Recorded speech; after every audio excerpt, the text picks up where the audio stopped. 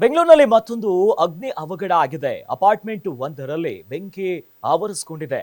ಬಹಳ ಪ್ರಮುಖವಾಗಿ ಸದ್ಯ ಕಾರ್ಯಾಚರಣೆಯನ್ನ ಮಾಡಲಾಗ್ತಿದೆ ಬೆಂಗಳೂರಿನ ಅಪಾರ್ಟ್ಮೆಂಟ್ ಅಲ್ಲಿ.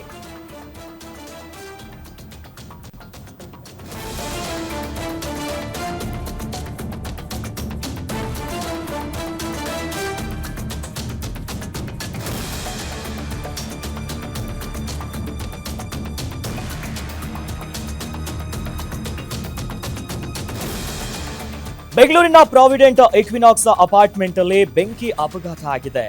ಅಪಾರ್ಟ್ಮೆಂಟ್ ನ 4Q ಬ್ಲಾಕ್ ನಲ್ಲಿ ಬೆಂಕಿ ಕಾಣಿಸಿಕೊಂಡಿದೆ.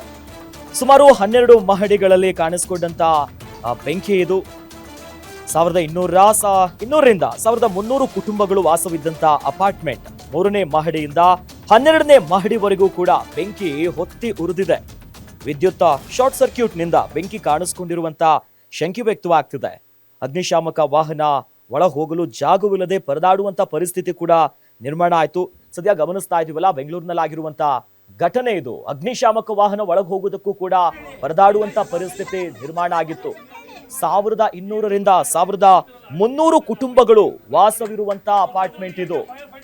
ದೊಡ್ಡ ಸಂಖ್ಯೆಯಲ್ಲಿ ಜನ ಅಲ್ಲಿ ವಾಸ ಇದ್ದಾರೆ. ಬಟ್ ಸುಮಾರು 12 ಮಹಡಿಗಳಲ್ಲಿ ಬೆಂಕಿ ಕಾಣಿಸ್ಕೊಂಡಿದೆ. ಅಗ್ನಿಶಾಮಕ ದಳ ಅಲ್ಲಿ ಹೋಗಿ ಪರಿಸ್ಥಿತಿಯನ್ನ ನಿಭಾಯಿಸುವಂತ ಕೆಲಸ ಮಾಡ್ತಿತ್ತು. ಜೊತೆಯಲ್ಲಿ ಈಗ ಈ ಅಪಾರ್ಟ್ಮೆಂಟ್ ಆಡಳಿತ ಮಂಡಳಿಯ ವಿರುದ್ಧ ಅಲ್ಲಿನ ನಿವಾಸಿಗಳು ಆಕ್ರೋಶ ಹೊರಗಾಗ್ತಿದ್ದಾರೆ. ಅಪಾರ್ಟ್ಮೆಂಟ್ ನ ಸೇಲ್ಸ್ ಡಿಪಾರ್ಟ್ಮೆಂಟ್ಗೆ ನುಗ್ಗಿ ಗಲಾಟೆ ಕೂಡ ಮಾಡಿದ್ದಾರೆ. ಯಾಕೆ ಹಿಂಗಾಯ್ತು ಅನ್ನೋ ನಿಟ್ಟಿನಲ್ಲಿ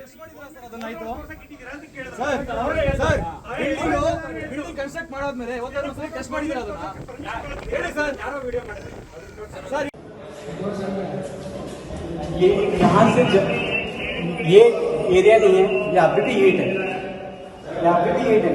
ये कौन सा फ्लोर है? 6। ये क्या है? ये क्या है? फैन का? फैन कौन